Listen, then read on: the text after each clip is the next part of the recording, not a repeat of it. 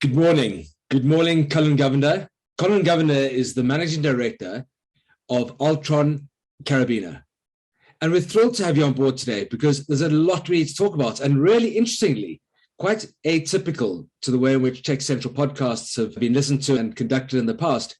Today's conversation is less about product and services and a bit more about people. More from you, please, Collin. James, thanks for having me on board. I really appreciate it. Hoping that our conversation today inspires somebody, gives somebody some hope, and in some way creates an opportunity for somebody to learn something. I love that. Where do we start? Because we've heard that Altron Karabina is having a new beginning. What does that mean? So, James, maybe just to give a bit of history around Altron Karabina, where we come from. I mean, what role have I played in the last little period? A little bit of background there.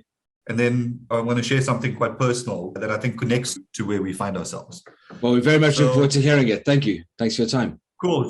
So Altron Karabina has been around for more than 20 years. Largely been in the Microsoft space in the past. It was founded by a guy by the name of James Erasmus of TechCentral. The business was doing exceptionally well, largely known for BI solutions. Yes. The business intelligence area. We acquired Altron Karabina in 2018. And when we acquired them, man, were they doing exceptionally well. And we were really excited about the growth opportunity that Karabina would bring into our mix. We didn't have a strong Microsoft arm as Altron, and we brought the business on board. Unfortunately, within the first 6 months of them joining, a key customer of theirs, which accounted for 30% of their revenue, went through some difficult times, and that revenue dried up overnight. Oh, that must be catastrophic. Yeah. Yes, you will know. I mean, something like that is structural, right? Unfortunately, the business did not make the changes that were required. Basic things like reduce your cost, go and focus on sales, try and get back to some level of profitability, no matter how gut-wrenching it is to lose a customer of that nature. But unfortunately, that didn't happen. So Karabina then posted 2 years of disappointing losses. I mean, it was well publicized in the press and got some really, really bad press around it because it was a company that was doing exceptionally well. So I took over the business in January of last year. Prior to that, interestingly enough, I was the group CIO and group shared services executive here at Altron. So I've been around for 5 years within the group. Okay, so you know the environment. Know the environment. So to connect dots within the group made it a little bit easier. But what was interesting for me, just at an experience level, I mean, I've always been in the consulting game. I've been in IT for about 25 years, and the bulk of my experience has been on the service provider side back to a customer. Okay. That stint I had at group as the group CIO actually put me in the customer's shoes. What are some of those things? You go to the board to go and motivate for investment. You have to drive your costs down completely. You have to figure out a way to squeeze your service providers to make sure that you reduce your cost overall. So it prepared me in a way that, for me, it's serendipitous, right? For the job that I had to take on. That customer centricity is something that Altron has always been renowned for. Absolutely. And so joining the business, trying to figure out where the problems were, and frankly, there were a few issues that we needed to solve. What were some of those issues? The business was quite complicated in the way that it was set up. So we simplified the structure. The second thing that we brought in is we reduced some of the costs that were associated with the overhead of the business. The third very important thing is our relationship with Microsoft. Yeah. We really looked at that business, at our business, and traditionally we've actually had a bit of a weird relationship with Microsoft. A bit weird, right? Because we're a Microsoft partner. Yes. Define weird. Well, it wasn't synced. I mean, if you want to grow and Microsoft's growing at these rates, why not just sync with them and kind of align with what they're doing going forward, right? Sure. And so that's effectively what we did. We invested, we put some good people in there. And of course, we changed the structure of the organization, brought some fresh blood in. There were some amazing people here already. We just needed to augment them with some strong enterprise experience and kind of stabilize things from a project and governance point of view. Okay. And, so, Collin, what I very much understand about Altron Karabina is modernizing, digital transformation, change, ultimately change. It sounds like you went through a lot of change. What brought about apart from the business imperatives? I know that there's a deep-seated personal connection you have to change and why that change came about and how you personally, with your very strong new team, were able to deliver that change. Look, I think the first thing is I wear my heart on my sleeve. Okay. Openness, honesty, transparency is just part and parcel of who I am and how I'm organized. And that was the first thing I brought to the organization at a cultural level. And frankly, here's what's interesting is the people in our business did not know we were making losses. I mean, that will tell you a story on its own. Yeah. If the people don't know what's going on, they're not going to be able to plow and put things into play. And it's been a difficult change for us, difficult cultural shift. Coming out of a point of failure and to kind of find a way to fight through and actually deliver exceptional results. I mean, we've just closed off our financial year now. We're in a closed period. What I can share with you is, we've had a spectacular year, an unbelievably spectacular year. So we've grown above the market and we've gone and grabbed 30% of market share of our competitors out there. That's brilliant.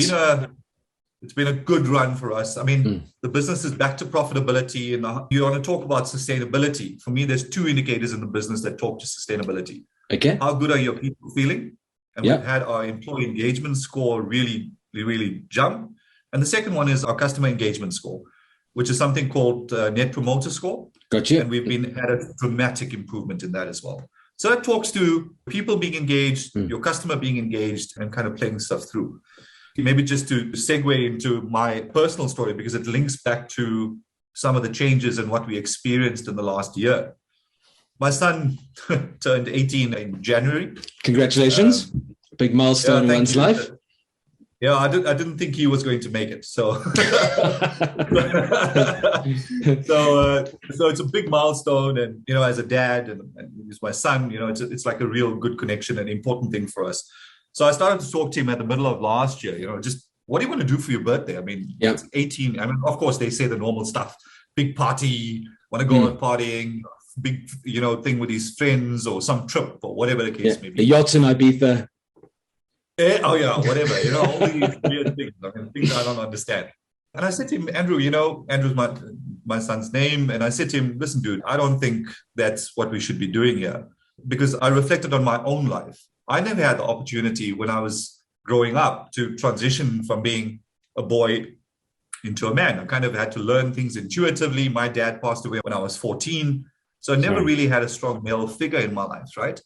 And it's a story of so many people in this country and around the world where that transition is not managed properly or curated properly. Okay. So I pitched an idea to him. I said to him, listen, dude, why don't we go away for 2 days? Why don't you pick some people to come share that time with us? And what's the logic behind it? Your dad doesn't know everything. As much as I would love to admit that I do, your dad doesn't know everything. There's lots of people around us that are much better at certain things. And of course, you know them. Pick 6 people, strong figures that you believe can sow into your life. And so we went away, and on night number 1, what we asked each person to do was share their story. Lovely. I love it.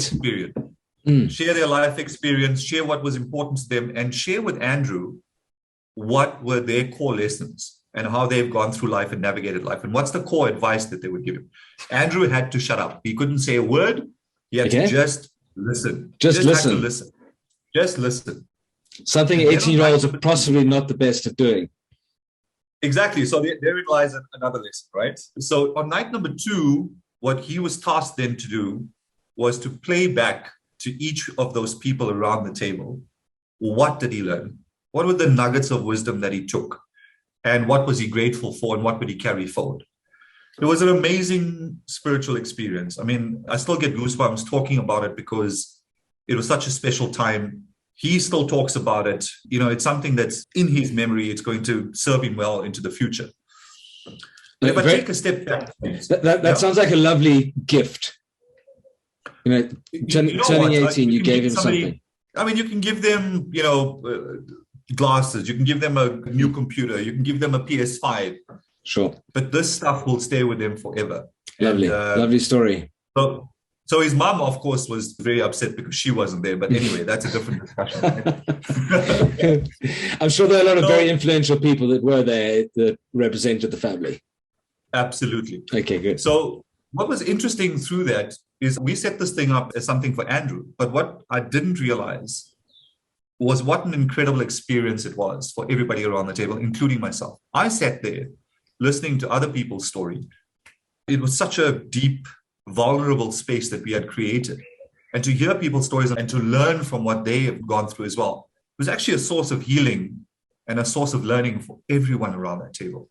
And that was not something we had planned for, curated or whatever, but it was just an amazing opportunity. And if I bring it back to our business, when we drove back, I chatted to Andrew, I debriefed with some of the guys afterwards, and I'm a little bit of a reflector, a little bit of a deep reflector on things. Things just don't happen. I'm not a flippant kind of, off the fly kind of person. I like to do things deliberately. If I'm going to do it well. And so I reflected on the experience that we had. And what was interesting is, overwhelmingly, every single person around that table, one of the best pieces of advice they kept giving Andrew was, life is flipping hard. Yeah. Life is flipping hard. And you are going to fail. You are going to hit obstacles. You are not going to find a way through things, but you've got to find the strength in the midst of that irritation, that disappointment, that failure, to find a way to break through. And they all shared their own versions of what one could do. And I sat there and I listened to them, and I reflected on them. And I also brought my own experience into it. And in this last year, we've taken Karabina from really being on the fringes to something where I say to you, Altron Karabina is back. Awesome. We have created a solid platform as a business. We're doing amazing work in our customers. Our employees are engaged. We've shown the financial results. And now we're taking those lessons learned that we have. And maybe, James, maybe I can just share some of those lessons learned, through this. Please. And I'd love to know how you tied that personal experience back into the workplace in an expected way, in the way in which it was well received by your other stakeholders. Do you share this with? Absolutely. The first thing was, we set up this initiation experience for my son to get counsel from people. Yeah. And one of the things that came through as a strong theme was always seek counsel. When you're faced with fear, when you're faced with failure, when you're faced with a difficult situation, always seek counsel. And I can tell you through my personal journey here in the business, we brought in everybody. Everybody's important in this business. It's not just the leadership team. There are strong consultants in this business that have been around for a long time. We've had our customers consult with us to say, guys, you are doing this wrong. You're doing that wrong. Why don't you consider this? And to open ourselves up in a vulnerable way to create the opportunity for people and our customers and our partners to sow into us to say, what is it that we need to do to fix a situation? So the first thing to do is seek counsel. There's a strong parallel that comes through. True collaboration with all the stakeholders. Absolutely. The second thing that came through around this was always about put a plan together. Yeah. So don't just let stuff happen to you. Don't be a victim of your circumstance. Try and do something about it. So, if I bring it back to the AK business, when we started the year off, we were not profitable, low employee engagement, low customer engagement, sales was not coming in through the door, and we were complicated. So we took each one of those items and we went, okay, what are we going to do about each one of these things? And I can tell you personally, it felt overwhelming at that point in time, really overwhelming to try and fix it. But we put a plan against it and we said, these are the 5 things we're going to do against each one of them. And we went off and we executed against it. The linked thing to that is it's one thing to put the plan together. What about execution? We're in a country with one of the best constitutions in the world, but we lack execution against the principles. Great plans and all of these things. And I think, frankly, there's a disease around these things, right? That we put these brilliant plans together, but we don't execute. So putting that execution plan in place and tracking it is imperative. One of the things I did in the business in this last year is, let's say there was a particular problem in a project. I would take that project and I would go and deep dive it. And I would keep it on the radar for 6 weeks. It would be the most irritating thing for the people involved with it, for me to be involved and being in there and to figure out what was going on. But then as it started to stabilize, I would then break out of it. 3 months later, I would go and deep dive again to find out what's going on. So what was happening with that is the muscle memory of the business was starting to be built around making sure that these things, it's not about building fear. It's not about creating fear. Sure. It's about solving the problem. You allowed the execution, but you also came in to do the tracking or portion of the tracking yourself, which is interesting. Absolutely. The thing around it also is accountability. Sure. I think it's easy for people to point fingers and find reasons for why things are the way they are, but it really is about creating accountability. The last two things that are linked together for me as lessons that came out of it, and it came out strongly in Andrew's initiation as well, was continue to cultivate hope through difficult circumstances. Lovely. So in our business, any of these difficult projects, I actually create a platform for that team to come and share on a monthly basis in an open forum in our town halls around the lessons learned from it. Not that they must be treated as pariahs, not that those guys are screwing up. No, what are the key lessons learned that we've got that comes through in it? And the thing linked to that for me is continuing to reinforce the vision. And our vision and our purpose is around delivering innovation that matters. So in everything that we do, in how we show up at a customer, in all these lessons learned that I've shared with you, it's really about how do we end up delivering that purpose of delivering innovation that matters. And every opportunity I get with the leadership team is to really try and do that. I mean, the last thing I want to share about this, James, is that the connection around personal and business for me, I think in previous lives, my life's philosophy is life is interconnected. There are lessons to be learned wherever you are. You can learn lessons at work that you can apply in life, lessons in life that you can apply in work. And being this authentic self, being able to share vulnerably about what it is that you are going through and those lessons learned, I think is the core thing around building leadership capability and capacity in this country, and largely about us being our authentic selves. Staying true to your ambitions, having a plan, putting that in place, and understanding how you're going to execute it as humans, not as process, not as automation, not as robotics. It's fascinating to hear. And I think that a lot of what you've brought from your personal experiences into the workplace will also make you more of a human to the people that you work with. And I don't just mean within Altron Karabina. I think all the stakeholders, the relationships you talked about with Microsoft and others definitely will come to the fore in a more personal way, which I think has been missing in many of our organizations. Thank you very much for sharing that story. Thanks very much, James. Thanks for the opportunity to share with you and the listeners. Yeah. Thank you very much.